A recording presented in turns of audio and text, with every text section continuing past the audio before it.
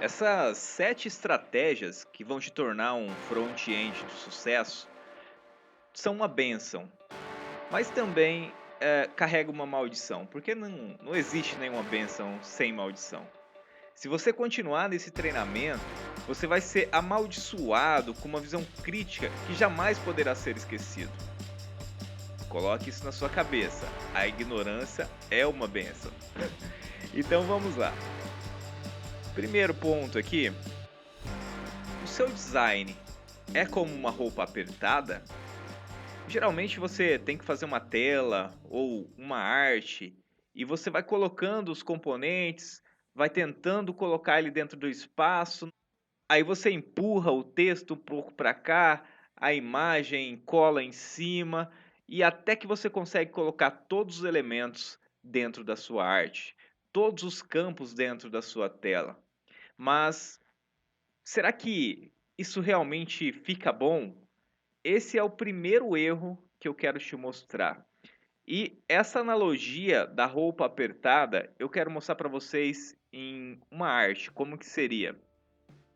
Aqui, você vê uma arte e até uma arte interessante, é simples, objetiva, mas ela cabe, mas não veste bem. Tem algumas coisas aqui que a gente poderia melhorar. E você que já é design, você que tem uma noção, você já consegue ver alguns erros que existem nessa arte. Você consegue apontar? Bom, o primeiro erro aqui é muito claro, a gente não tem margem, né? As fontes elas estão coladas aqui no top. Aqui do lado tem uma margem pequena, aqui não tem nenhuma margem.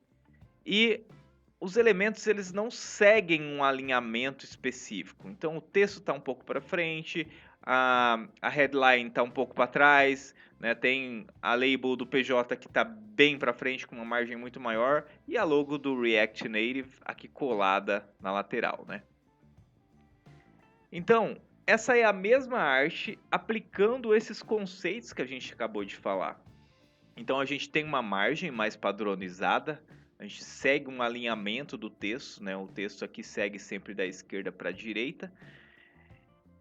Então, essa arte, por respeitar esses parâmetros básicos, que são simples, mas são ignorados por muitos profissionais de design, algumas pessoas que desenvolvem interfaces, e é fácil de você identificar. Se você não sabe nada sobre design, mas você prestar atenção no que eu vou te mostrar agora, você vai ser capaz de fazer muitas críticas construtivas que vão elevar o design a um nível muito mais profissional.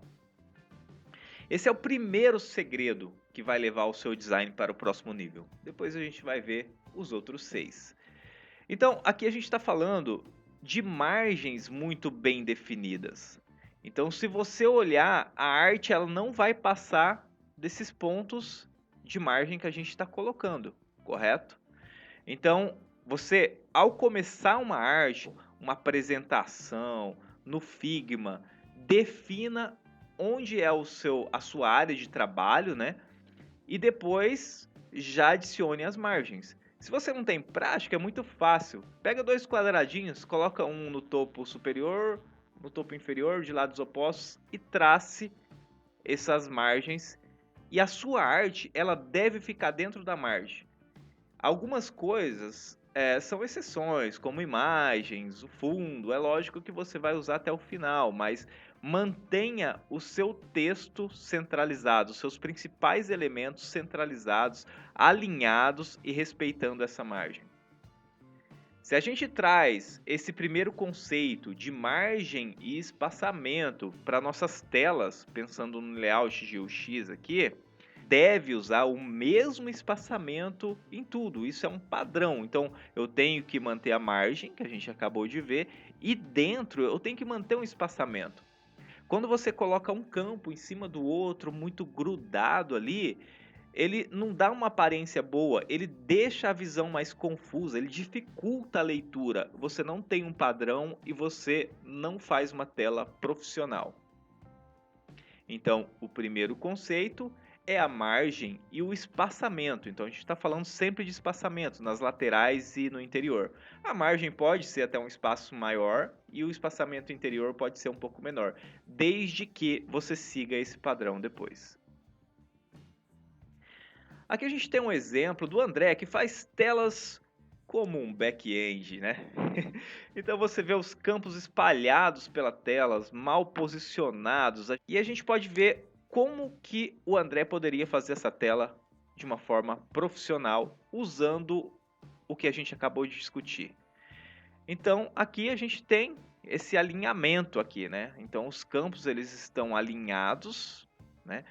E o ativo ele subiu, o botão salvar e o cancelar ele veio para a extremidade do formulário. Uma dica extra aí. Você já reparou que as ações de uma janela ela fica sempre nos cantos, as ações mais importantes? Você sabe por quê? Sempre que você vai mover o mouse, é mais fácil você acertar as extremidades. Então, as ações importantes em tela web, elas sempre ficam nas extremidades. Então, é interessante você puxar, né, a ação principal ali para o seu canto, que é mais fácil de você atingir e clicar. No celular é interessante você pensar aonde está o dedo do usuário, né? O dedão aqui, porque ele vai clicar com o dedão. Então, se você colocar o campo lá no meio da tela, no canto, ou é um formulário pequeno que acaba no meio da tela, o usuário vai ter que deslocar a mão, né, com o dedo para clicar lá em cima. Ele tem que soltar do celular, talvez, né? Então, isso não é uma boa prática. É sempre interessante você deixar as ações principais, que são acessadas corriqueiramente, nas posições mais fáceis de ser acessadas, né?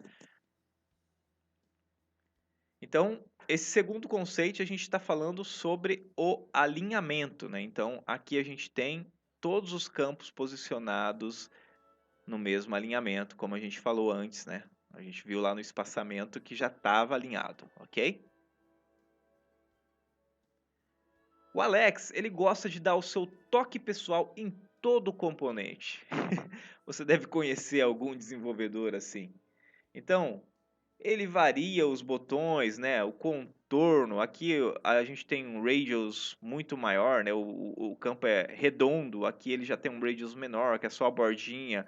Aqui ele já tem um radius diferente. Ele muda a cor.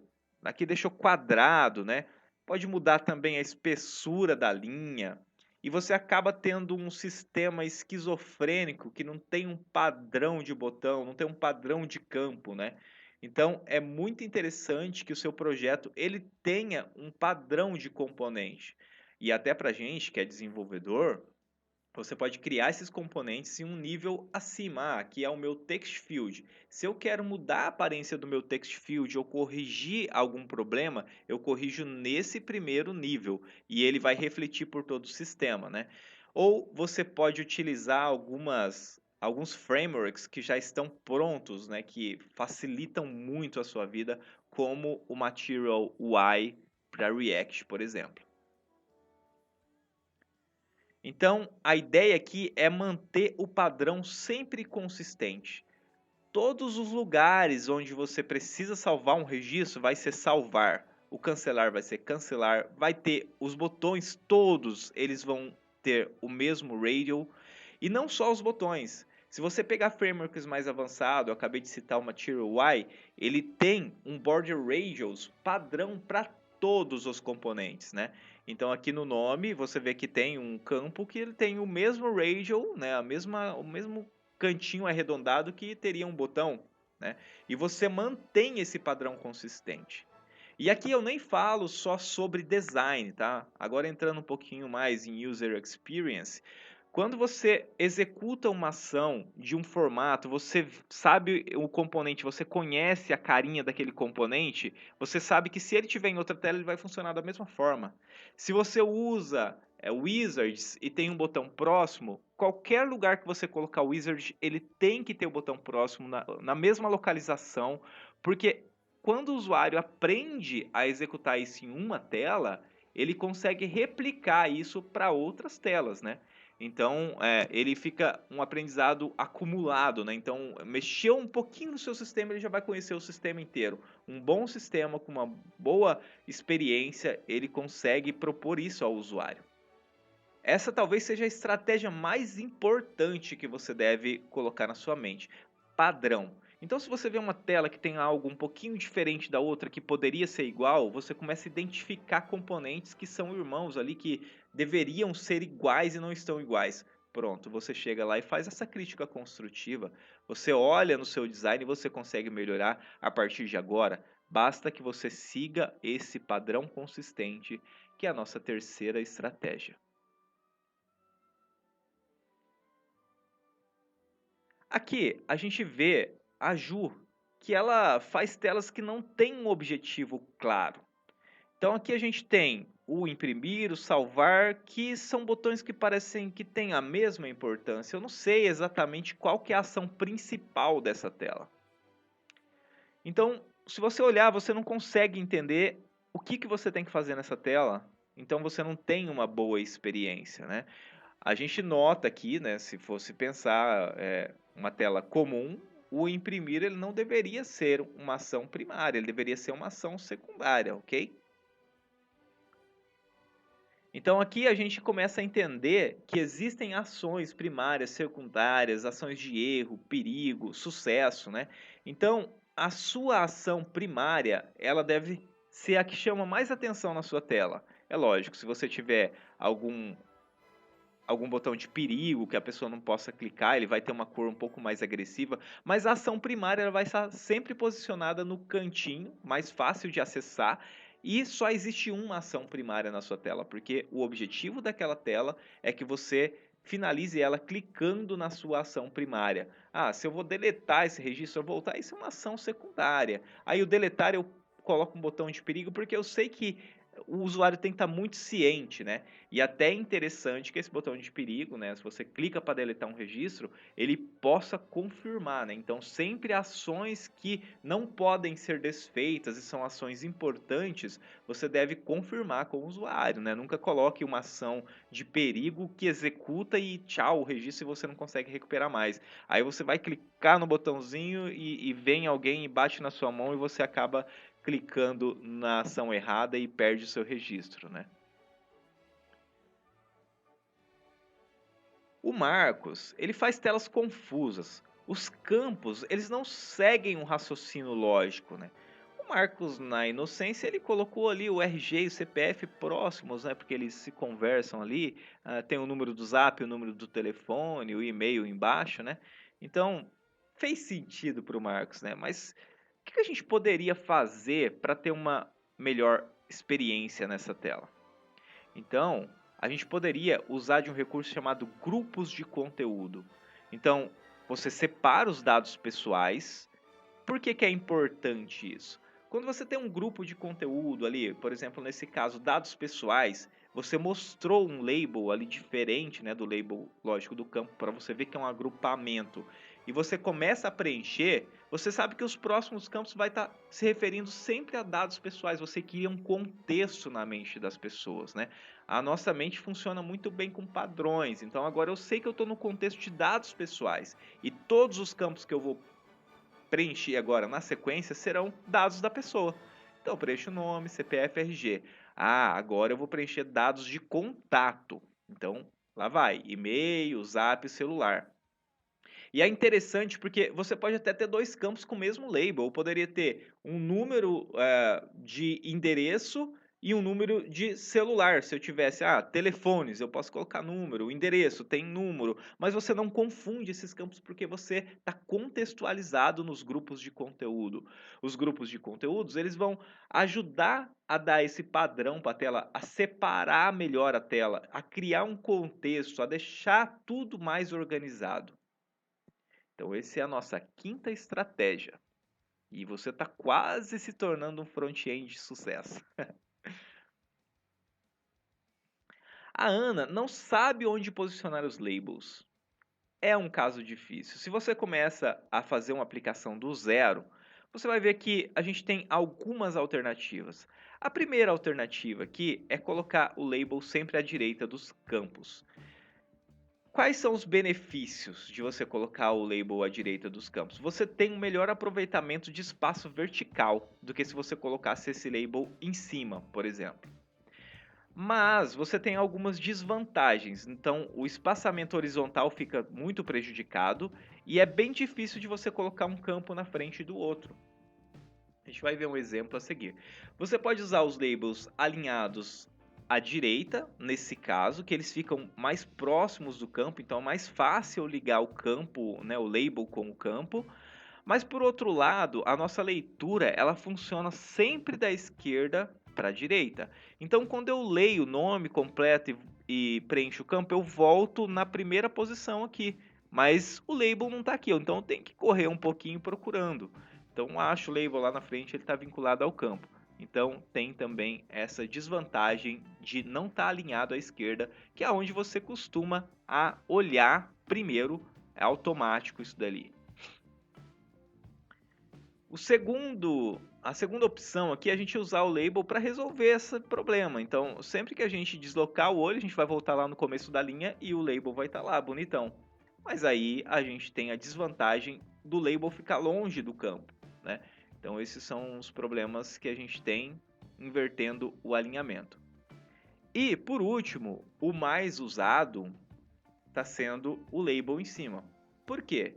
Ele fica próximo sempre do campo, ele permite que a gente construa os formulários usando o espaço horizontal, ou seja, um campo na frente do outro.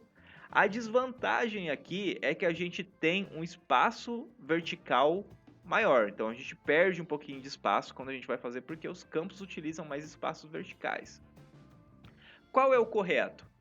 Cada um tem seus benefícios, tem seus problemas, e você deve escolher um para usar na sua aplicação.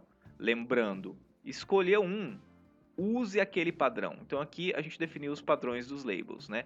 Então usamos a alternativa mais comum, mais utilizada no Material Y, por exemplo.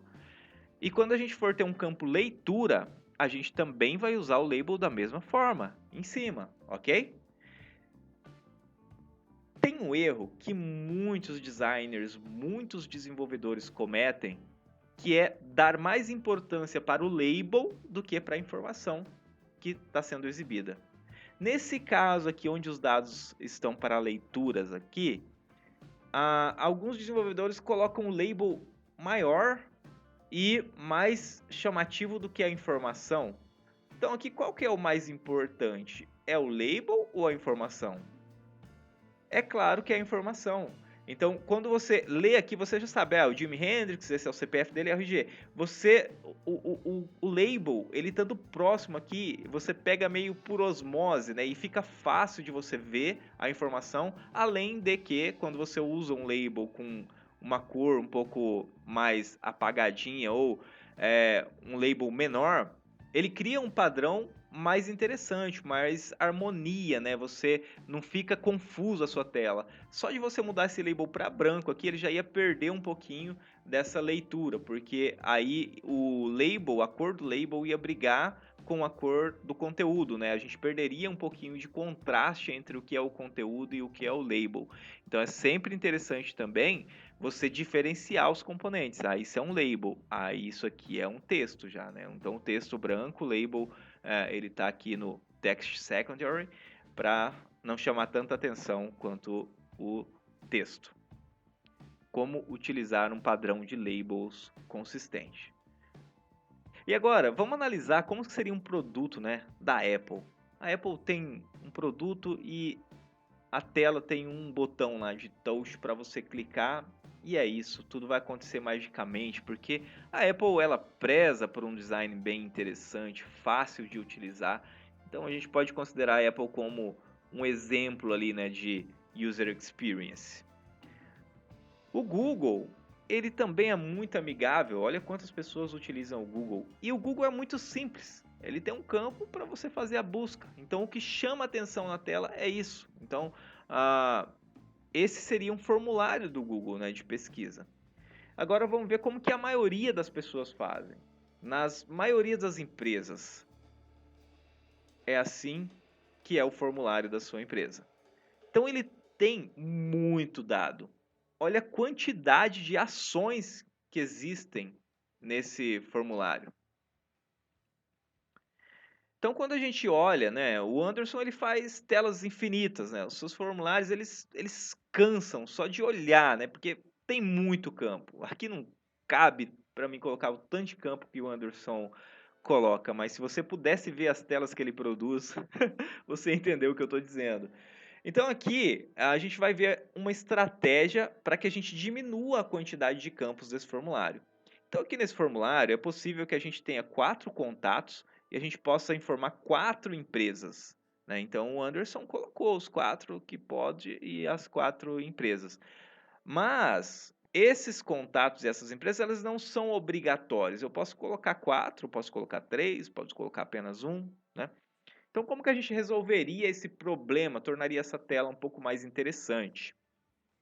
A gente usaria o 7º conceito, que é de incremento de inputs. Então, aqui eu coloco o contato, coloco um apenas. Se eu preencher e quero colocar outro, clico no mais, ele vai gerar outro campo, eu preencho, gero outro, gero outro. Então, isso aqui é muito interessante para você usar quando você tem dados que podem ter uma quantidade grande ou não. Então, sempre é interessante você mostrar a principal informação. Vamos supor que você está criando uma árvore. Então, você começa só com o primeiro ramo. Você coloca apenas um campo. A hora que você digitou o primeiro, ele vai abrir o segundo e o terceiro. Você digitou embaixo do segundo, ele abre a ramificação. Então, você não precisa mostrar tudo na tela para o usuário. Você pode ir por passos. Você pode usar wizards. Você pode usar tabs, né? Então, cara, aqui é o principal. Esses dados são os mais importantes. Você faz o primeiro formulário, que tem os dados mais importantes, e depois você tem uma tab de dados avançados, que você pode preencher ou não. Ali são poucos usuários que vão acessar, né? E você pode até ter ali pelo perfil do usuário, nem mostrar. Você tem que tentar economizar o máximo de inputs. O seu formulário tem que ser o mais objetivo possível, para que isso cause uma boa experiência do usuário. Se você passar esse checklist no seu design, você vai ver que ele vai mudar de 20% de eficiência para 80% de eficiência. Aqui a gente já cobre o Pareto. Então, respeita a margem e o espaçamento. Você está olhando na sua tela, você percebe que está grudado, que o espaçamento entre um campo e outro está diferente, né? O seu layout, o conteúdo segue o alinhamento? Um campo acaba na posição, na coluna 2 e o outro acaba na coluna 1, o outro acaba na coluna 3, então consigo ver ali 5, 12 colunas. Isso é muito ruim se não tiver alinhado. Então é interessante que você utilize essa primeira alinhamento que já foi criado e adeque os campos da melhor forma, para que você não tenha essa divisão de várias colunas. Hoje, nos frameworks padrões, você tem ali uma divisão de 12 colunas.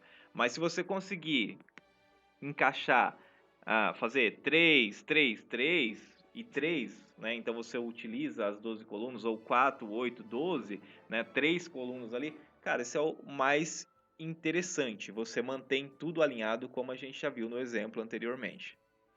Existe um padrão consistente? Se você fez um botão que é dessa cor, com esse radial, se você fez um checkbox que é quadradinho, ou se você está usando o radial button, em vez de você usar o radial, você usa o toggle. Por que que uma tela é o toggle e a outra é o radial button? Você sabe por que que você fez essa escolha diferente? Existem casos que você usa componentes diferentes, mas se é o mesmo caso, por que diabos você está usando um componente diferente? Você diferencia as ações primárias, secundárias, de erro. Então, quando você coloca o botão ali, você sabe qual que é o objetivo daquele botão? Você coloca as ações primárias no canto, facilita para que o usuário clique nessas ações primárias. Se você faz uma landing page, por exemplo, uma landing page, né, você está querendo vender um produto, ela só pode ter uma ação primária ali, que é o CTA. Você quer que a pessoa clica para comprar o seu produto. Então, a sua tela, ela tem um objetivo, você quer muito que a pessoa feche um carrinho, você quer muito que a pessoa clique no salvar, então mantenha mais enxuto possível as ações primárias mais acessíveis. Você contextualiza com grupos de conteúdos, você usa tabs para agrupar conteúdos diferentes, Ou você coloca tudo em um formulário só, sem agrupamento, sem ordem, sem contexto? Os labels são consistentes, ou seja, você usou o label em cima, em uma tela, na outra tela você fez para leitura, fez o label do lado, na outra você fez o label para leitura mais em cima. Os seus labels não estão consistentes. E talvez, é interessante aqui para a gente apresentar como os labels funcionam, os benefícios, mas essa regra aqui, se você passou por um padrão consistente, você já não vai ter esse problema de label, correto? Você utiliza incremento de inputs, né? Você não coloca todos os inputs na tela de uma só vez, então isso faz toda a diferença. Bom, espero que a gente possa ter contaminado você com esses pontos. Vejam que são pontos simples, são 7 pontos, mas eu garanto para você, se você executar esses 7 pontos, é algo que se você olhar aqui durante uma semana você vai decorar e você vai conseguir validar e criticar telas e artes de uma forma que, assim, muitas pessoas começam a estudar e demoram muito para entender isso daqui. São as regras mais básicas, mas pessoas que são excelentes profissionais ainda cometem muitos desses erros aqui. Se você chegar muito próximo de gabaritar esses 7 pontos aqui, com certeza a sua aplicação vai ficar muito melhor e vai atingir ali o 80% do Pareto já. Você não vê a hora de aplicar essas estratégias, né? Então começa agora. Torne-se um front-end acima da média. Você vai lá, olha as telas que você fez, faz uma revisão, pega uma tela e faz isso aí. O conhecimento por si só, ele não causa nenhuma mudança, né? A gente tem na ideia que conhecimento é poder, informação é poder. Mas na verdade não. Você pode ter esse conhecimento e você pode não aplicar. Então, se você é daquele tipo que faz diversos cursos, você estuda a semana inteira, o ano inteiro, fazendo diversos cursos na Udemy, fazendo curso presencial, participando de eventos, e você não nota uma evolução, você pode ter certeza, não é o que você falta aprender, falta você executar as ideias que estão na sua cabeça. Aprender é como respirar, você inspira e expira. Se você ficar só estudando o tempo todo e não parar um tempo para se organizar, para fazer um checklist ali no caderninho, para aplicar, você não vai se tornar uma pessoa melhor. Então, não adianta nada você ter participado desse treinamento e você não aplicar, você não executar. Se você não colocar isso em prática, não pegar esse checklist, dar um print nele e tentar executar nas suas atividades, de nada vai ter adiantado. Mas eu tenho certeza que você foi amaldiçoado com algum senso crítico, que você vai conseguir ao menos observar um ou dois desses componentes. Então, o seu tempo não vai ser totalmente perdido. Mas se você executar certinho esse checklist, com certeza este treinamento vai ser um divisor de águas para você. Eu demorei mais de 15 anos para entender isso. E eu tô passando isso para você em menos de uma hora. Então aproveita esse conhecimento e aplica. É isso aí. Muito obrigado. Agora você já é um front-end de sucesso.